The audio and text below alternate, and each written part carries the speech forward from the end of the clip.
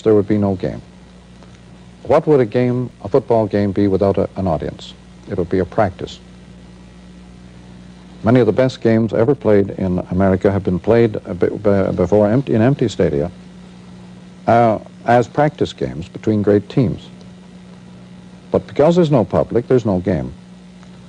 Now, today, the name of the game has become a sort of... There's a game, but there's no spectacle, perhaps.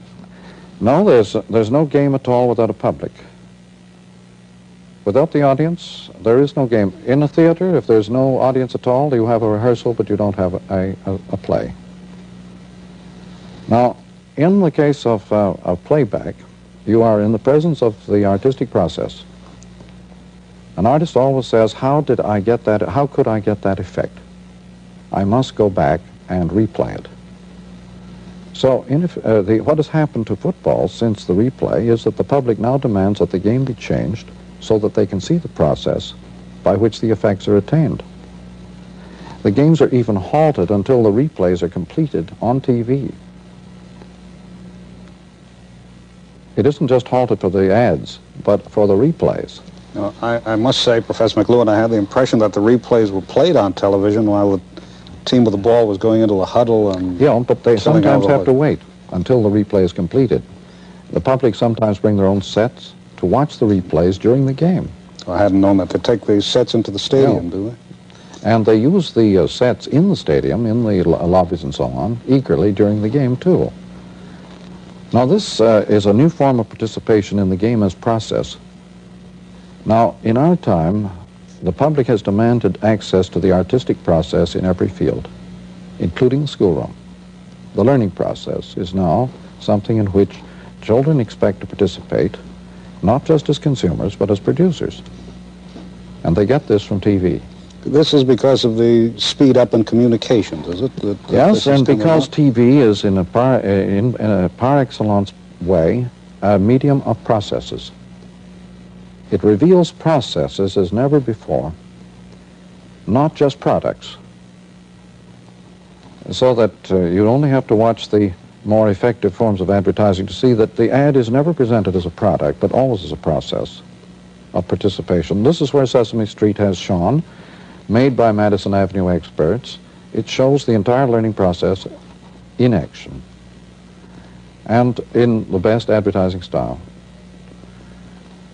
But the need for participation in process, as I suggest, is very much indicated in the popularity of talk shows, where dialogue or Johnsonian probing and digging of assumptions and patterns and so on is back in popular demand. Whereas the lecture and any form of potted packaged stuff is dead. Is dead on television? Dead anywhere. It isn't acceptable in the classroom anymore. But it is certainly acceptable to take a small point outside the classroom. The lecture circuit in the United States, for example, is enormous, isn't it? You could lecture 6 times a day, I imagine, if you wanted to. I'm not sure. I'm just not sure. You may be quite right that there is an enormous popularity of lectures at the moment. I think this may have something to do with people, though, going into circuit who are well known in some other medium. Yes, that's perfectly true. But here again is where the medium is the message. In any case of a medium, the so-called content is always another medium. In movies, the content is not a movie. It's a book, a play, a vaudeville act. It is some sort of turn from another medium. In vaudeville, the content is always from some other area of the community. No medium ever uses itself as content, except the electric light. That's why I mentioned that earlier. A light is an example in which the content and the medium are the same thing. There's only one. There's not two. But just to come back, though, notice that in TV you have movies, and movies have, since TV, become art forms. They've been upgraded from popular entertainment into art. And this is one of the peculiarities of media. And they take any old cliche and they rub it against another cliche and they upgrade it into archetype. The process by which the banal, the most trite and obvious everyday thing is transformed into something artistic is by rubbing against another cliche.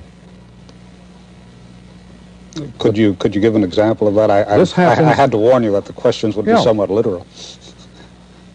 Yes, we were playing with the example, an example a few minutes ago when I used the phrase, you say, of Ring Lardner, "Shut up," he explained. As I perhaps should just explain that you used that before we started the program. The expression, "shut up," he explained, is a clash of two cliches, shut up and as he explained. Both are banal and ordinary gestures, as we use in such expressions as, well, anyway, now, or anyhow. These gestures of endlessly repeated kind gradually accumulate a huge charge of human experience from many, many situations. When they are rubbed against another cliche, they flash out all this energy that's in them. Now, James Joyce made a whole book of these epiphanies and flashing forth of form called Finnegan's Wake. And the title itself is one of these rubbings of cliches together. Finn, the Finn cycle, the Finnegan, and Finnegan, Michael Finnegan. The old song about he had whiskers on his chin again, long came the wind and blew them in again, poor Michael Finnegan, begin again. Now, the Finn cycle is a perpetual, repetitive cycle of tribal culture, which interested Joyce very much. But the Finn, when played again and again, revealed a consciousness that was awake. So by rubbing the Finn again against Finn and rubbing the tribal cycle against itself, Joyce got awake out of what had been a tribal sleep. And his theme was that our modern world is going back into the Finn cycle, but wide awake. The world of Jung and Freud is the world of the unconscious. Now, in tribal society, there is no unconscious. It's only the visual man, the highly literate man, who carefully stuffs things into his unconscious. The tribal man has everything up in his consciousness. This is the result of print, the result of the alphabet and the result of print. No, but I'm saying the tribal man, long before printing or any form of writing, tribal man lives corporately, not privately, in a world of consciousness that includes everything we call subconscious. Now, in the electric age, the private man has been scrapped. Corporate man is back. Again, I'm not talking about ideals. It's simply that at high speeds, the private outlook of the private individual with his personal point of view is scrapped by virtue of the speed up of electric information which goes totally around him.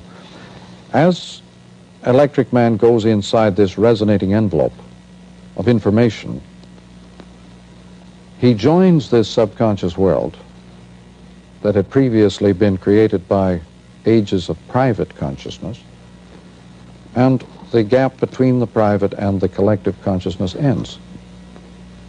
It's like the gap in the world of the satellite.